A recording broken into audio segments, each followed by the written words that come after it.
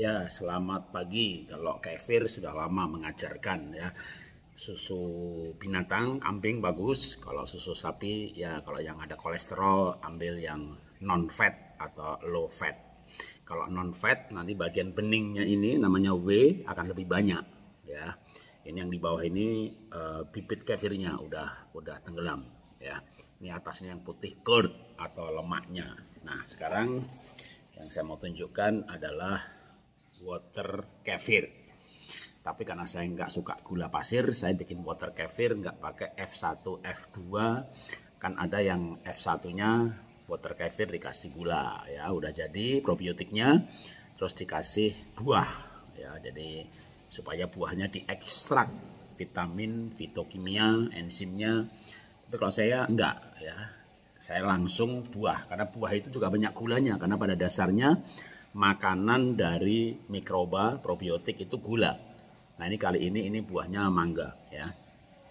Ini benihnya udah 2 bulan lebih, sekarang udah 3 kali lipat nih banyaknya. Jadi yang di bawah ini adalah water kefir green.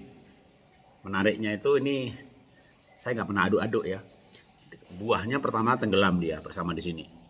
Nanti hari kedua dia bisa buahnya naik, dan ini semuanya bakterinya greennya itu ikut naik, nempel di buah ya, nunjukin bahwa mereka hidup, mereka bergerak ke atas, walaupun sebenarnya peringgil-peringgilnya itu adalah jaringan selulus kayak apartemennya, tapi dia mencari sumber gula maka nempel di buahnya. Jangan khawatir, ini udah hari yang ketiga keempat, begitu saya goyang-goyang tadi maka semuanya udah lepas dari buahnya lalu turun ke bawah. Inilah benihnya udah ya, ini 2 kali, hampir 3 kali lipat sejak 2 bulan yang lalu ya.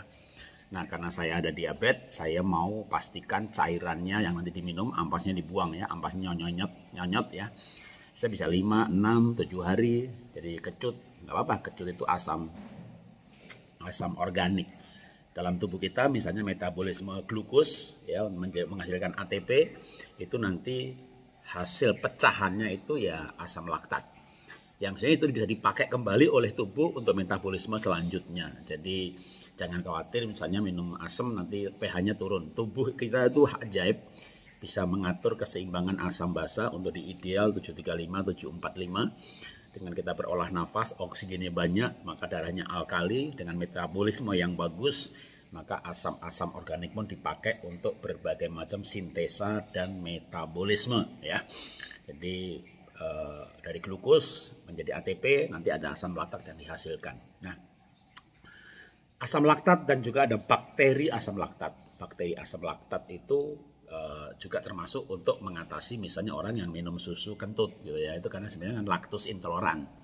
Tapi karena dalam tubuhnya banyak bakteri asam laktat, maka tidak kentut lagi, nggak begah lagi ya, walaupun sebenarnya memang tidak baik ya. Kalau sudah tahu dirinya laktos intoleran ya udah, jangan makan yang ada laktos, yaitu di susu sapi ya.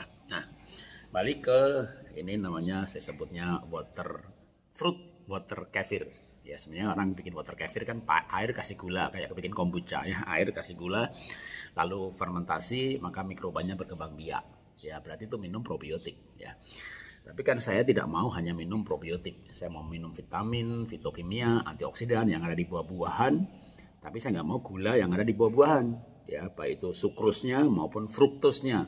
Sukrusnya bisa menaikkan gula dalam darah, sementara fruktosnya nanti kalau kebanyakan bisa ngumpul di fatty liver, ya, menjadi fatty liver, ya, maupun visceral fat. Jadi juga gula dari buah fruktos nggak boleh banyak-banyak. Makanya dengan difermentasi itu sebenarnya jalan keluar, di mana vitamin nggak rusak, enzim nggak rusak, malah terbentuk asam organik yang kita butuhkan.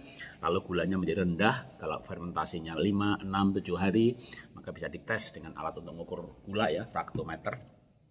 Itu bisa di bawah 5%, dan kalau kita minum 1 liter atau 1 kilo artinya kan cuma nggak sampai 5 gram. Kalau kita 1 hari 20, 30, 50 gram sehari udah jauh udah termasuk low karbo. Bahkan kalau udah lemaknya kurang ya, kita bisa tambahkan karbonya untuk kalau ada sampai kelebihan akan disimpan sebagai lemak. Jadi sebenarnya makan boleh nggak boleh itu kalau kita mengerti metabolisme tubuh, kita mengerti dasarnya, kita bisa menentukan ukurannya Ya, dengan demikian kita tidak stres karena memang kita makan dengan mindfulness, dengan sadar. Waduh, ini saya mau naikkan lemak saya, ya. Naikin lemak justru dengan nambah karbo karena nanti kelebihan karbo yang tidak termetabolisme itu akan disimpan dalam bentuk lemak. Atau misalnya lemaknya udah ideal, udah dipertahankan, ya. Lalu low karbo, bahkan energinya dari keton, dari pembakaran lemak.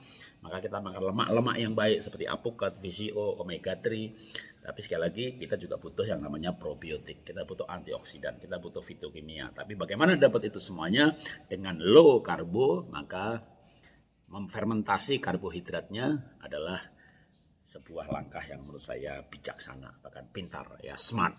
Oke.